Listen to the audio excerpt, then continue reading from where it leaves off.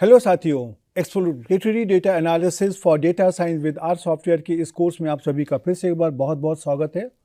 आपने देखा कि पिछले कई लेक्चर्स में हम लोगों ने एट्रीब्यूट और जो हमारे कैटेगरिकल डेटा होते हैं उसके ऊपर किस प्रकार के हमारे ग्राफिक्स तैयार किए जाते हैं उनके बारे में बात करी। हमने बार प्लॉट्स, पाई डायग्राम, सब divided bar plots, 3 dimensional pie charts, tree map इत्यादि के बारे में बात करी। इस लेक्चर में अब हम आपको फिर से यूनिवेरिएट ग्राफिक और प्लॉट पर ही कंटिन्यू करेंगे, लेकिन आपको यहाँ पे हम हमारा जो कंटिन्यूस डेटा है उसके ऊपर हम किस प्रकार के अपने ग्राफ बनाते हैं उसके बारे में बताएंगे। तो खास तौर पे हम इस लेक्चर में हिस्टोग्राम, कैंडल डेंसिटी एस्टिमेट्स और स्टेम एंड लीफ प्लॉट्स के बारे में बात करेंगे। और यहाँ पे आपको ये ध्यान में रखना पड़ेगा कि ये जो हमारे कर्व्स होते हैं, ये हमारे या जो ग्राफ्स होते हैं, ये हमारे कंटिन्यूस डेटा के लिए होते हैं। और इसके पहले आपको साथ में ध्यान भी होगा कि मैंने जब अपनी फ्रीक्वेंसी डिस्ट्रीब्यूशन की बात करी थी तो मैंने दो तरह के फ्रीक्वेंसी डिस्ट्रीब्यूशन तैयार किए थे। एक था हमारा कैटेगरिकल डेटा के लिए और एक हमारा कंटिन्यूस डेटा के लिए। कंटिन्यूस डेटा के लिए हमने अपने डेटा को कंडेंस किया था, उसके लिए क्लास इंटरवल तैयार किए थे और क्लास इंटरवल के अंदर हमने अपनी फ्रीक्वेंसीज़ को लिख करके हमने अपना फ्रीक्वेंसी डिस्ट्रीब्यूशन टेबल तैयार किया था। तो जो आपका फ्रीक्वेंसी टेबल थी कैटेगरिकल डेटा के लिए, उसके लिए हमने बनाया था बार डायग्राम या पाई डायग्राम, और अपने फ्रीक्वेंसी डिस्ट्रीब्यूशन जो हमने कंटिन्यूस डेटा के लिए बनाया था उसके लिए हम बनाने जा रहे हैं हिस्टोग्राम। तो चलिए हम इस लेक्चर को आरंभ करते हैं और देखते हैं कि हम आर सॉफ्टवेयर में हिस्टोग्राम, कैंडल डेंसिटी और स्टेम एंड लीफ प्लॉट्स को किस प्रकार से तैयार करते हैं और उसको कैसे इंटरप्रेट करते हैं। तो चलिए हम इस लेक्चर को आरंभ करते हैं। तो अब देखिए, पहली बात होती है कि ये हिस्टोग्राम होता क्या है। तो जिस प्रकार से आपने देखा था कि हमारा जब कैटेगरिकल डेटा होता है या एट्रीब्यूट डेटा होता है तो उसमें से हम बार चार्ट बनाते हैं और हर एक बार हमारी एक कैटेगरी को दिखाती है। और उसी प्रकार से हमारा हिस्टोग्राम भी होता है जहाँ पे हम बार्स बनाते हैं, लेकिन ये हमारे कंटिन्यूस डेटा के लिए होता है। और एक बहुत बड़ा अंतर ये है कि बार डायग्राम में बार की हाइट खाली मैटर करती है, बार की विड्थ मैटर नहीं करती है। ये मैंने आपको पहले बताया था। लेकिन हिस्टोग्राम में जो इस बार का एरिया होता है वह मैटर करता है, और जो बार का एरिया होता है वो हमारा हाइट इंटू विड्थ होता है। इसलिए यहाँ पे हमारी इसकी विड्थ मैटर करती है। तो हिस्टोग्राम हमारा इस आइडिया पे आधारित होता है कि हम अपने डेटा को डिफरेंट ग्रुप्स में डिवाइड करते हैं और हर एक ग्रुप की जो एक कैटेगरी होती है उसको हम एक बार के द्वारा दिखाते हैं। और हिस्टोग्राम हमारा जब डेटा कंटिन्यूस होता है तभी तैयार करते हैं। और जो इस हिस्टोग्राम की जो बार का एरिया होता है अर्थात हाइट इंटू विड्थ, ये हमारा जो फ्रीक्वेंसी या रिलेटिव फ्रीक्वेंसी के प्रोपोर्शनल होता है। इसलिए जब भी हम कभी हिस्टोग्राम की बात करते हैं तो ये कोई ज़रूरी नहीं है कि हमारी सारी बार्स की विड्थ बराबर हो, वो अलग अलग भी हो सकती हैं। लेकिन अगर हम प्रैक्टिस में देखें तो अगर हमारी बार सेम विड्थ की होती हैं तो उस डेटा को कंपेयर करना आसान हो जाता है, क्योंकि देन उस केस में हमको खाली बार की हाइट को ही देखना पड़ता है। अगर हम कोई हिस्टोग्राम इस प्रकार से बना दें कि एक इतनी पतली बार है, एक इतनी चौड़ी बार है और एक आपकी एक अलग तरीके की विड्थ है, और या अगर हम आपको एक बराबर विड्थ का अगर हमें हिस्टोग्राम बनाएं तो आप देखोगे कि इसको सब हवाले को समझना जहाँ पे हमारी विड्थ बराबर होती हैं ज़्यादा आसान होता है। इसलिए हम प्रेफर करते हैं कि हिस्टोग्राम की हमारी विड्थ बराबर हो। अब ये हिस्टोग्राम हमारा किस प्रकार से बनता है, आपको याद होगा हमने अपने कंटिन्यूस डेटा के केस में फ्रीक्वेंसी डिस्ट्रीब्यूशन तैयार किया था। किस प्रकार से तैयार किया था? मैंने अपने डेटा को डिफरेंट क्लास इंटरवल्स में बांट दिया, जैसे A0 से A1, A1 से A2 up to hair AK-1 से AK। इस तरह के हमने के क्लास डिफाइन कर लिए थे और हर एक क्लास इंटरवल की हमारी जैसे ये लोअर विड्थ और अपर विड्थ होती थी, और हर एक क्लास के अंदर जो हमारी उनकी फ्रीक्वेंसीज़ होती थी, और जैसे F1, F2, Fk हो गई हमारी के क्लास की फ्रीक्वेंसी, और हर एक क्लास की हमारी रिलेटिव फ्रीक्वेंसी भी होती थी जिसको हम एब्सोल्यूट फ्रीक्वेंसी को टोटल नंबर ऑफ फ्रीक्वेंसी से डिवाइड करके निकालते थे। जैसे यहाँ पे हमारी n क्या है, n हमारी टोटल फ्रीक्वेंसी है, राइट। और फिर हम इस जो हमारे क्लास इंटरवल्स की जो हमारी लिमिट्स होती थी उनको हम एक्स एक्सिस पे प्लॉट करते हैं, जैसे यहाँ पे A0, यहाँ पर A1, यहाँ पे A2 अप टू हियर, यहाँ पर AK। और जो भी हमारी इनकी फ्रीक्वेंसीज़ होती हैं या रिलेटिव फ्रीक्वेंसी, उनको हम वाई एक्सिस पे प्लॉट करते हैं। जैसे जो हमारी पहली हमारी क्लास हो गई, इसकी विड्थ हमारी F1 हो गई, दूसरी हमारी क्लास की विड्थ हमारी F2 हो गई, तीसरी क्लास की विड्थ हमारी F3 हो गई, एंड सो ऑन, इस प्रकार से। तो यहाँ पे ये जो हमारी इन बार्स की विड्थ होती है, ये हमारी दोनों हो सकती है, या तो बराबर हो सकती है या तो बराबर नहीं हो सकती है। क्यों? क्योंकि हर एक बार का जो एरिया है, जैसे अगर हम कहें इस वाली बार का ये हमारा टोटल एरिया है, तो जो एब्सोल्यूट फ्रीक्वेंसी या रिलेटिव फ्रीक्वेंसी इस जो बार का एरिया उसके प्रोपोर्शनल होती है। लेकिन आपने देखा कि अगर ये विड्थ हमारी अगर आपस में बराबर होती है, देन हमको सिर्फ खाली हाइट को ही खींचना पड़ता है कि उसके द्वारा हम अपने डेटा की फ्रीक्वेंसी को बहुत आसानी से कंपेयर कर सकते हैं। इस तरह के डायग्राम को हम हिस्टोग्राम कहते हैं। आर सॉफ्टवेयर में हिस्टोग्राम को तैयार करने के लिए हमारा कमांड होता है HIST हिस्ट, और साथ में पैरेंथेसिस में हम अपने डेटा वेक्टर को देते हैं। यहाँ पे आपको ये ध्यान रखना है कि यहाँ पर हम डेटा वेक्टर को देते हैं, हम बार डायग्राम की तरह यहाँ पे उसको टेबल कमांड के द्वारा उसको उसकी एब्सोल्यूट फ्रीक्वेंसी या रिलेटिव फ्रीक्वेंसी में चेंज नहीं करते हैं, ये आपको ध्यान रखना है। तो अगर आपको अपनी एब्सोल्यूट फ्रीक्वेंसी की बेसिस पर हिस्टोग्राम बनाना है, देन आपको कमांड देना है HIST और पैरेंथेसिस में डेटा वेक्टर x। और अगर आपको रिलेटिव फ्रीक्वेंसी के साथ में बनाना है, देन आपको एक ऑप्शन यहाँ पे यूज़ करना है, FREQ is equal to false, right. तो इस प्रकार से आप अपने हिस्टोग्राम को बहुत आसानी से तैयार कर सकते हैं। तो जैसे कि अगर आपने हेल्प मेनू में देखेंगे तो आपको इसमें बहुत तरह के ऑप्शन दिखाई पड़ेंगे, जैसे में HIST में x आपका डेटा वेक्टर हो गया, मेन का जो ऑप्शन होता है उसके द्वारा हम अपने हिस्टोग्राम का टाइटल होता है उसको देते हैं। ऐसे ही हम यहाँ पे ब्रेक्स देते हैं, ब्रेक्स के द्वारा हमारे जो हिस्टोग्राम के ब्रेक पॉइंट्स होते हैं दो बार्स के बीच में, उसके बारे में इंफॉर्मेशन देते हैं।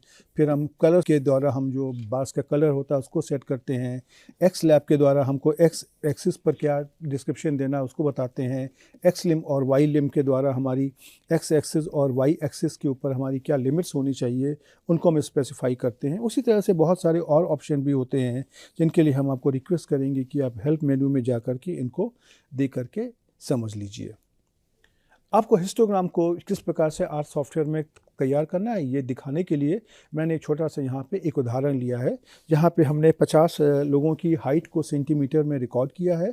इस प्रकार से 166 सेंटीमीटर, 125 सेंटीमीटर, और इसको इस डेटा वेक्टर में हाइट के अंदर हमने उसको स्टोर कर लिया है। अब हम यहाँ पे कमांड देते हैं हिस्ट हाइट, तो देखिए आपको इस प्रकार का डेटा सेट है या जो ग्राफिक मिल जाएगा। तो यहाँ पे एक्स एक्सिस पर इन्होंने हाइट ले ली है, जैसे इंटरवल हो गया 120 से लेकर के यहाँ पे 125 तक, 125 से 130 तक। इसके लिए उन्होंने पूरे डेटा को उन्होंने फ्रीक्वेंसी फॉर्म में कन्वर्ट कर लिया है और उसके बाद में उसको उन्होंने यहाँ पे प्लॉट कर दिया है। तो वाई एक्सिस पर जो हमारी इसकी एब्सोल्यूट फ्रीक्वेंसी है इसको दिखाया जा रहा है, राइट। ये वाला टाइटल देखिए अपने आप से डिफ़ॉल्ट तरीके से आ रहा है, अभी इसमें से मैंने कुछ नहीं दिया है, लेकिन हम इसको भी चेंज कर सकते हैं। तो जैसे कि अगर हम कहते हैं मान लीजिए कि हमको अपने इसी हिस्टोग्राम में अगर टाइटल को बदलना है, तो हमको अगर टाइटल करना है हाइट्स ऑफ पर्सन, तो उसको मैंने मेन कमांड का इस्तेमाल करते हुए बदल दिया, हाइट्स ऑफ पर्सन। उसी तरीके से हमको इसका अगर रंग चेंज करना है तो मैंने COL कमांड को यूज़ करके इसको ग्रीन कमांड दिया, तो हरे रंग का देखिए हिस्टोग्राम बन गया। उसी तरीके से एक्स एक्सिस पे जो आपको स्पेसिफाई करना है हाइट्स, उसको आपने एक्स लैब के द्वारा आपने स्पेसिफाई कर दिया। वाई एक्सिस पे जो आपको स्पेसिफाई करना है नंबर ऑफ पर्सन्स, इसको आपने वाई लैब के द्वारा स्पेसिफाई कर दिया। तो इस तरीके से आप अपने इस ग्राफ को आप इंफॉर्मेटिव भी बना सकते हैं, इसमें से कोई भी दिक्कत की बात नहीं है। और हिस्टोग्राम को तैयार करना यहाँ पे बहुत ही आसान है आर सॉफ्टवेयर में। तो चलिए जरा इसको हम आपको आर सॉफ्टवेयर में बना करके दिखा दें। तो आपने देखा कि ये हिस्ट ऑफ हाइट देखिए कितना हो गया, इस प्रकार से आ गया। और इसी में आप अगर यहाँ पर आप अगर हिस्ट इक्वल टू अगर आप यहाँ पे कर दोगे frequency is equal to false, FREQ, तो देखिए ये आपको यही जो वैल्यूज़ हैं यहाँ पे आपकी वाई एक्सिस पे ये आपकी फ्रीक्वेंसी में बदल जाएंगी। और इसी को आप अगर ज़्यादा इंफॉर्मेटिव आप अगर बनाना चाहते हैं तो आप ये X lab, Y lab, colour इत्यादि का इस्तेमाल कर लीजिए। तो देखिए आपको इस प्रकार से हिस्टोग्राम मिल गया, राइट। अब हम आपको यहाँ पे एक उदाहरण और देते हैं। ये उसी डेटा सेट से जो हमने पहले भी बहुत बार इस्तेमाल किया है। हमारी मास लाइब्रेरी में एक पिंटरेस्ट डेटा सेट है जिसमें कॉलम नेम्स के द्वारा हम इसके वेरिएबल को निकालते हैं। तो कंपोजिशन, ड्राइंग, कलर और एक्सप्रेशन आपके क्वांटिटेटिव वेरिएबल है और स्कूल आपका क्वालिटेटिव वेरिएबल है। तो उसमें से जो आपका एक्सप्रेशन वेरिएबल है, हम इसका जो डेटा है उसके ऊपर हम हिस्टोग्राम प्लॉट करते हैं। तो हमने इसका ये डेटा निकाल लिया पिंटरेस्ट डॉलर एक्सप्रेशन करके, इस प्रकार से देखिए निकल आया। इसी में देखिए जब हम यहाँ पे हिस्ट और अपने पैरेंथेसिस में इस वेरिएबल का नाम देते हैं तो आपको देखिए इस प्रकार का डेटा मिल जाएगा। तो इसमें से क्या हुआ, इसने इस डेटा को इसने डिफरेंट क्लास इंटरवल में डिफाइन कर दिया और फिर उसने उनको इस तरह की बार्स में प्लॉट कर दिया, राइट। तो देखिए इसी चीज़ को आप अगर यहाँ पे अगर आप इसमें अपने आर सॉफ्टवेयर में करना चाहें तो भी आप उसको बहुत ही आसानी से कर सकते हैं। लेकिन उसके लिए मुझको सबसे पहले उसको लाइब्रेरी मास को यहाँ पे अपलोड करना होगा और इसके बाद में हमको अपना ये जो पेंटर्स एक्सप्रेशन का डेटा है इसके साथ में मुझे हिस्टोग्राम का कमांड देना पड़ेगा। तो आप देखोगे तो ये हमका बन के आ गया, राइट। ओके, तो आपने देखा कि हिस्टोग्राम को तैयार करना बहुत ही आसान काम है। अब हम आपको एक और ग्राफ के बारे में बताते हैं। ये हमारा है कर्नल डेंसिटी प्लॉट, राइट। अब आपने देखा कि जो हमारा हिस्टोग्राम होता है इसमें से जो हमारा डेटा होता है इसको हम डिफरेंट ये हमारी बार्स होती हैं इसके ऊपर अरेंज करते हैं और ये बार्स की जो विड्थ होती है या पे कंट्रोल में होती है। हम चाहें तो हम इन विड्थ को और भी पतला कर सकते हैं। उसके अनुसार आपका जो फ्रीक्वेंसी डिस्ट्रीब्यूशन बदलता जाएगा। तो हिस्टोग्राम में क्या होता है कि हमारा जो कंटिन्यूस डेटा है उसको हम आर्टिफिशियली कैटेगराइज करते हैं डिफरेंट कैटेगरीज में और इस कैटेगरीज को तैयार करने में जो हमारे क्लास इंटरवल की विड्थ होती है बहुत ही क्रूशियल रोल प्ले करती है। उसके अनुसार उसकी चॉइस के ऊपर हमारा हिस्टोग्राम का जो स्ट्रक्चर है वो बदल जाता है।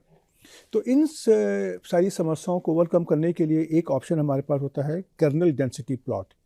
ये जो डेंसिटी प्लॉट एक हमारा स्मूथ कर्व होता है और हमारे वो डेटा का डिस्ट्रीब्यूशन रिप्रेजेंट करता है, राइट। तो डेंसिटी प्लॉट हमारे जैसे स्मूथ करे हुए हिस्टोग्राम की तरह होते हैं और इसकी जो कर्व की स्मूथनेस है इसको हम एक बैंड विड्थ है नाम का पैरामीटर होता है उसके द्वारा हम इसको कंट्रोल करने की कोशिश करते हैं। और ये जो हमारे डेंसिटी प्लॉट्स होते हैं ये हमारे उस डेटा का जो कंटिन्यूस डेटा का जो डिस्ट्रीब्यूशन है एक कंटिन्यूस इंटरवल पे टाइम पीरियड पे उसको ये हमको दिखाता है। और डेंसिटी प्लॉट और हिस्टोग्राम में क्या फ़र्क है कि डेंसिटी प्लॉट हमारा एक हिस्टोग्राम का ही एक वेरिएशन है जिसमें हम कर्नल स्मूथिंग का इस्तेमाल करते हुए अपने उन प्लॉट को स्मूथ करते हैं और जो उसकी रैंडम एरर्स नॉइज़ होती हैं उसको हम कम करने की कोशिश करते हैं। और जो इन डेंसिटी प्लॉट्स की पीक्स होती हैं वो हमको ये दिखाती हैं कि किस इंटरवल में हमारी वैल्यूज़ ज़्यादा कॉन्सेंट्रेटेड हैं। और डेंसिटी प्लॉट हमारे किसी भी डेटा के डिस्ट्रीब्यूशन को पता करने के लिए डेंसिटी प्लॉट हमारे हिस्टोग्राम से बेहतर इसलिए होते हैं क्योंकि डेंसिटी प्लॉट हमारे नंबर ऑफ जो हमारे डेंसिटी प्लॉट्स होते हैं वो हमारे किसी डिस्ट्रीब्यूशन के शेप को हिस्टोग्राम के कंपैरिजन में बेहतर तरीके से बताते हैं क्योंकि डेंसिटी प्लॉट हमारे बिन्स की कितनी संख्या यूज़ हुई है उस पर डिपेंड नहीं करते हैं। और ये जो डेंसिटी प्लॉट्स होते हैं ये हमारे एक्चुअली कर्नल डेंसिटी एस्टीमेट का जो कॉन्सेप्ट होता है उसके ऊपर बेस्ड होते हैं जो हमारा एक नॉन पैरामीट्रिक इन्फरेंस या नॉन पैरामीट्रिक स्टैटिस्टिक्स के ऊपर होता है। तो ये जो कर्नल डेंसिटी प्लॉट होते हैं ये हमारे इस फंक्शन के द्वारा कंप्यूट किए जाते हैं जिसको हम इस प्रकार से लिखते हैं f hat nx equal to 1/nh summation i goes from 1 to n k x minus xi upon h, जहाँ पे h हमारा ग्रेटर देन 0 है। तो यहाँ पे n हमारा क्या है, सैम्पल साइज़ है, h हमारा क्या है, ये हमारा बैंड विड्थ है और k हमारा एक कर्नल फंक्शन है, राइट। इसके बारे में हम आपको यहाँ पे डिटेल में नहीं बता रहे हैं लेकिन हमारे लिए ये बताना बहुत आवश्यक है कि ये कर्नल डेंसिटी प्लेट जो प्लॉट्स होते हैं ये हमारे नॉन पैरामीट्रिक स्टैटिस्टिक्स से संबंधित होते हैं और इनके कॉन्सेप्ट वहीं से आते हैं। अगर आपको चाहिए तो आप इनको बहुत आसानी से किताब में पढ़ सकते हो। तो ये हमारे जो एक कर्नल फंक्शन की डिफरेंट चॉइस होंगी के की उसके द्वारा हमको डिफरेंट एस्टिमेट्स मिलते हैं और उसके द्वारा हमको उस कर्व का स्ट्रक्चर भी बदलता जाता है, जो हम आपको उदाहरण के द्वारा दिखाने की कोशिश करेंगे। ये जो कर्नल फंक्शंस होते हैं, ऐसा नहीं है कि इनको आर्बिट्रेरली डिफाइन कर सकते हैं और किसी भी फंक्शन को हम कर्नल फंक्शन की तरह ले सकते हैं। इनकी अपनी प्रॉपर्टीज़ होती हैं। जैसा आपने स्टैटिस्टिक्स में देखा है कि प्रोबेबिलिटी डेंसिटी फंक्शन की कंडीशंस होती हैं, उसी प्रकार से कर्नल फंक्शन की भी कंडीशंस होती हैं, राइट। जैसे उदाहरण के लिए अगर हम कहें कि हमारा जो रेक्टेंगुलर कर्नल है, ये इस प्रकार से डिफाइंड है कि x = 1/2, अगर x हमारा -1 और 1 के बीच में है और 0 एल्सवेयर। उसी तरीके से पैनिको कर्नल हमारा इस प्रकार से डिफाइंड है कि x = 3/4 1 - x², अगर हमारा मॉड ऑफ x 1 से कम है और 0 बाकी जगह पर। और उसी तरीके से हमारा जो नॉर्मल डिस्ट्रीब्यूशन के ऊपर कर्नल बेस्ड होता है, उसको हम बोलते हैं गाउसियन कर्नल। और ये हमारा आर सॉफ्टवेयर में डिफ़ॉल्ट होता है। अगर आप कोई चॉइस नहीं दोगे तो ये गाउसियन कर्नल ही यूज़ किया जाता है। चलिए, इसी बात को आपको दिखाने के लिए हम एक उदाहरण लेते हैं, जहाँ पर हमने अपने 50 लोगों की हाइट को हमने सेंटीमीटर्स में नापा हुआ है और उनको इस प्रकार से 166 सेंटीमीटर 125 सेंटीमीटर करके यहाँ पे रिकॉर्ड किया हुआ है।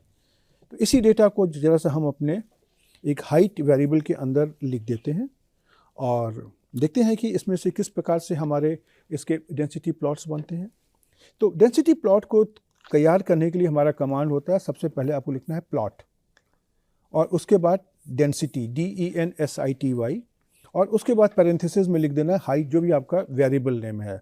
तो यहाँ पे ये डिफ़ॉल्ट गाउसियन कर्नल को यूज़ करते हुए देखिए इस प्रकार का आपको कर्व बना देगा। और यहाँ पे इसने आपको देखिए दिया हुआ है कि इसने बैंडविड्थ कितनी इस्तेमाल करी है, 5.397। तो आप ये देख सकते हैं कि ये एक स्मूथ कर्व ये कैसा ये बन गया है, उस तरीके का है ये, इसीलिए हम इसको डेंसिटी प्लॉट कहते हैं, राइट।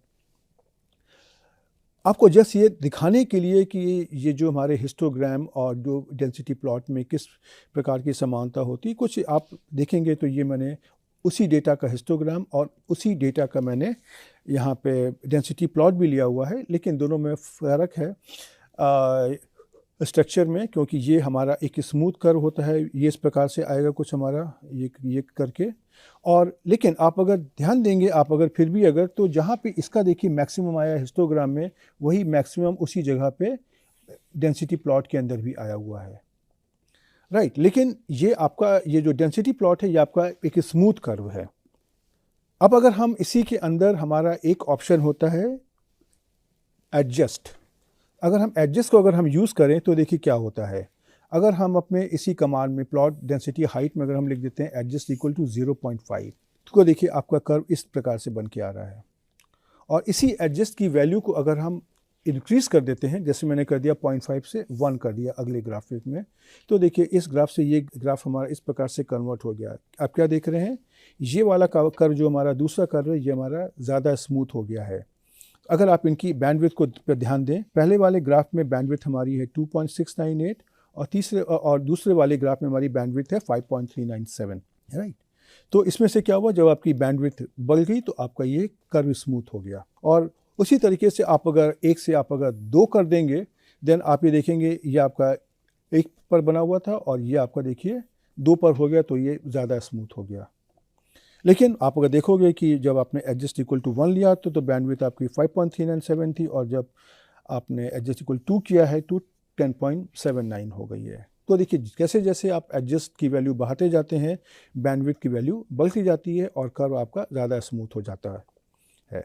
लेकिन ये आपको देखना पड़ेगा कि आपके डेटा के लिए कौन सी एडजस्ट की वैल्यू सूटेबल होती है, उसके लिए आपको एक्सपेरिमेंट करना पड़ेगा। तो जैसे मैंने आपको यहाँ पे कंपैरिजन करने के लिए तीनों को एक साथ बना दिया, एडजस्ट = 0.5, 1 और 2।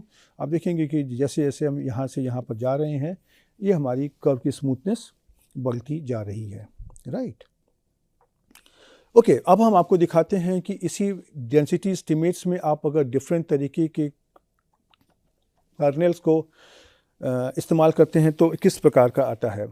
तो जब अगर हम अपने इसी डेंसिटी प्लॉट में अगर हम गाउसियन कर्नल का इस्तेमाल करते हैं तो देखिए इस प्रकार का कर्व आ रहा है, हमारा डेटा एक ही है। और अगर हम रेक्टेंगुलर कर्नल को इस्तेमाल कर रहे हैं तो देखिए इस प्रकार का ये कर्व बन के आ रहा है।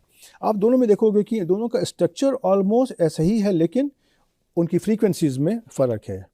उसी तरीके से आप अगर पैनिकनिकोव कर्नल को लेंगे तो देखिए इस तरह का कर्व बनेगा, और अगर ट्रायंगुलर कर्नल को लेंगे तो इस प्रकार का डेंसिटी प्लॉट बनेगा।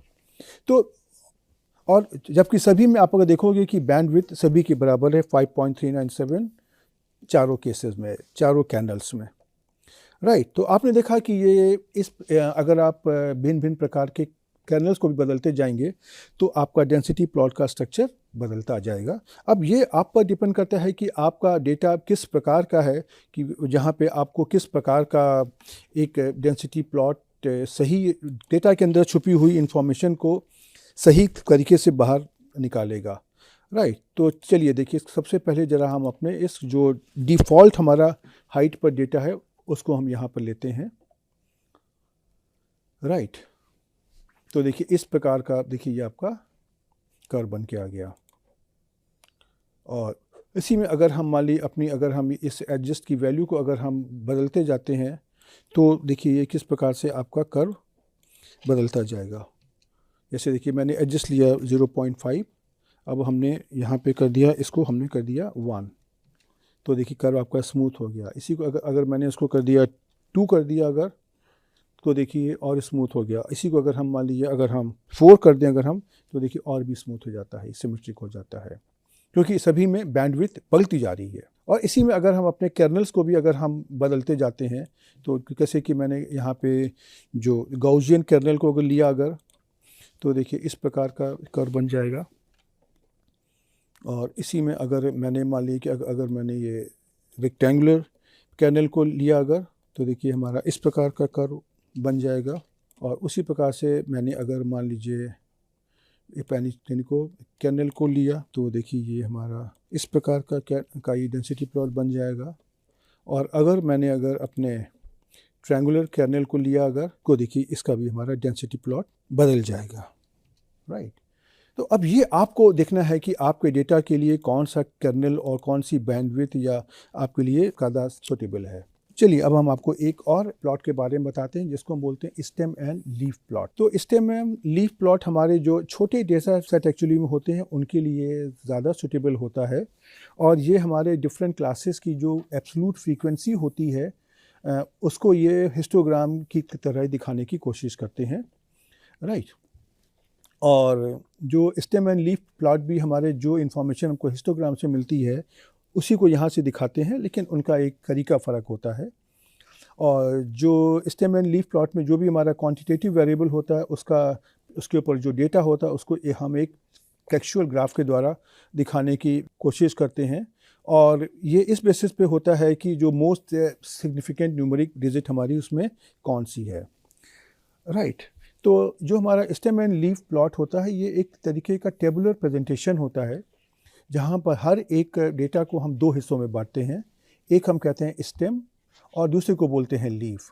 जो उस नंबर की पहली डिजिट या पहली डिजिट्स होती हैं उनको हम बोलते हैं स्टेम, और जो लास्ट डिजिट होती है उसको बोलते हैं लीफ। तो देखिए ये पेड़ में जैसे आपने देखा है कि ये स्टेम होता है और ये इसकी यहाँ पर लीव्स होती हैं बहुत सारी, लेकिन अगर हम छोटा से अगर हम लेते हैं स्टेम तो ये हमारा स्टेम है, तो देखिए यहाँ पे इस तरह की लीव्स होती हैं, राइट। तो यही इसका इस तरीके का होता है। तो इसका देखिए इंटरप्रिटेशन किस प्रकार से आता है। अगर हम कहते हैं कि हमारी संख्या है 56, तो 56 को हम 5 और 6 में इसको स्प्लिट करेंगे, और 5 हमारा होता है स्टेम और 6 हमारा होता है लीफ। उसी प्रकार से अगर हम कहते हैं कि हम इसका उल्टा समझें, स्टेम हमारा है 2, लीफ हमारी है 8, इसका मतलब है कि हमारी संख्या क्या है 28। इस प्रकार से हम इसको यहाँ पे बनाने की कोशिश करते हैं। तो स्टेम एंड लीफ को तैयार करने के लिए हम क्या करते हैं, सबसे पहले हम अपने ऑब्जर्वेशन को स्टेम और लीफ में 2 पार्टों में 2 हिस्सों में हम उसको डिवाइड कर लेते हैं, कैसे कि हमारी जो फाइनल राइट मोस्ट डिजिट हमारी स्टेम हो जाए और जो फाइनल डिजिट है वो हमारी लीफ हो जाए। और स्टेम के अंदर हमारी जितनी भी डिजिट्स चाहें उतनी हो सकती हैं, लेकिन लीफ के अंदर हमारी खाली एक ही डिजिट होगी। और उस स्टेम को हम एक वर्टिकल कॉलम में लिखते हैं इस प्रकार से कि जो सबसे छोटी वैल्यू है वह कॉपर होगी, उसके बाद हम एक वर्टिकल लाइन ड्रॉ करते हैं अंदर उसके दाहिने हाथ पर। फिर हम उसमें से हर एक लीव को उस रो में लिखते हैं और उसको इंक्रीजिंग ऑर्डर में जो उसकी वैल्यू है उसके फॉर्म में हम उसको स्टेम से बाहर की ओर लिखते जाते हैं। ये देखिए, अभी जब हम आपको उदाहरण लेंगे तो आपको देख करके बहुत आसानी से समझ में आ जाएगा कि क्या चीज़ होती है।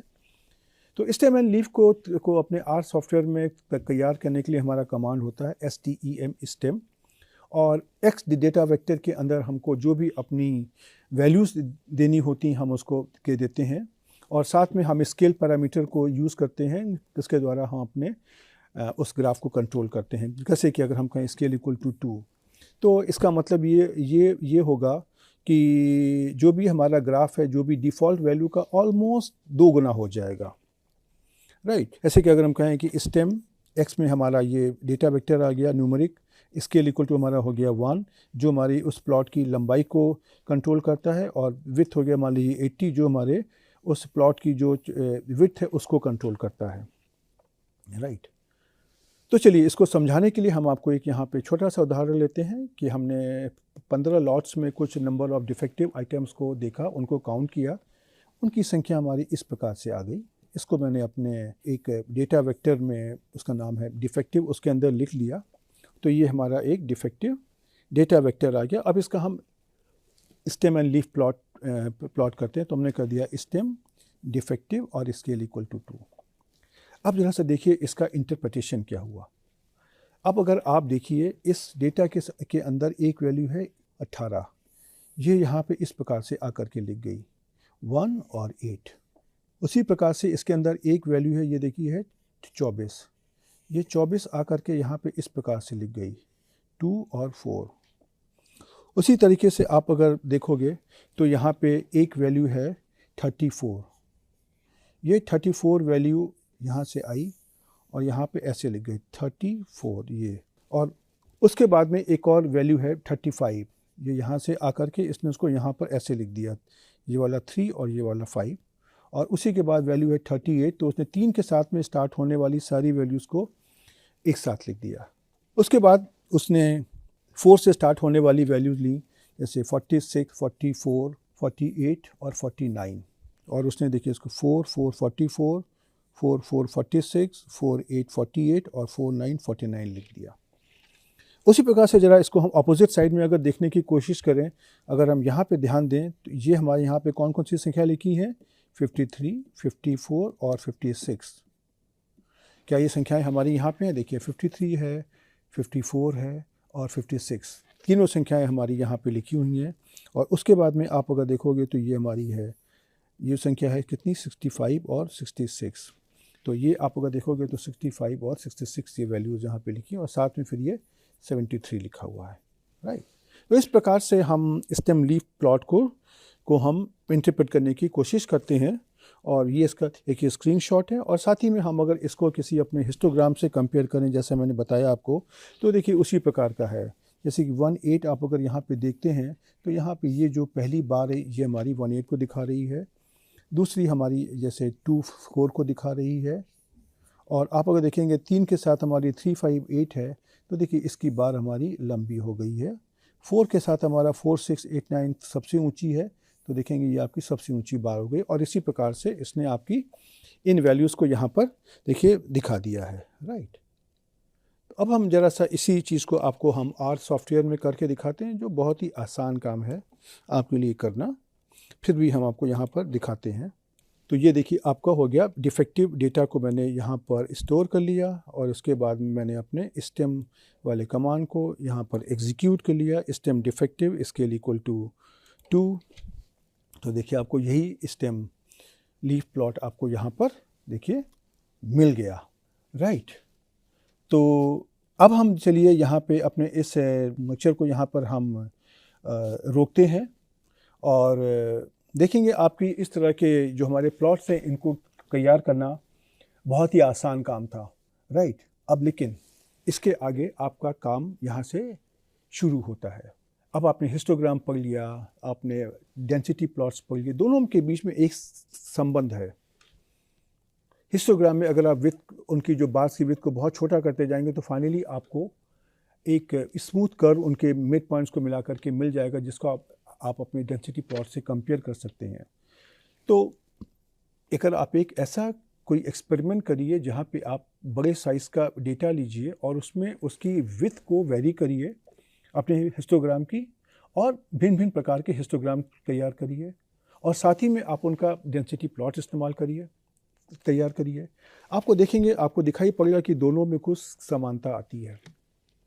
अब डेंसिटी प्लॉट में आपने किस प्रकार की बैंडविड्थ यूज़ करी है, किस प्रकार के कर्नेल को यूज़ किया हुआ है, इसके अनुसार आपका शेप बदलता जाएगा।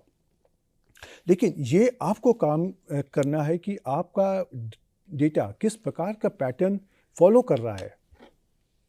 ये आपको किस बैंडविड्थ से और किस कर्नेल से पता चलेगा, ये तो जब आप डिफरेंट प्रकार के एक्सपेरिमेंट करेंगे और जब आपको एक्सपीरियंस होता जाएगा कि ओके इस तरह का कर्नेल लेने से हमको इस तरह का स्ट्रक्चर मिलता है, देन आप अपने डेटा के बिहेवियर को बहुत अच्छे से समझ पाएंगे।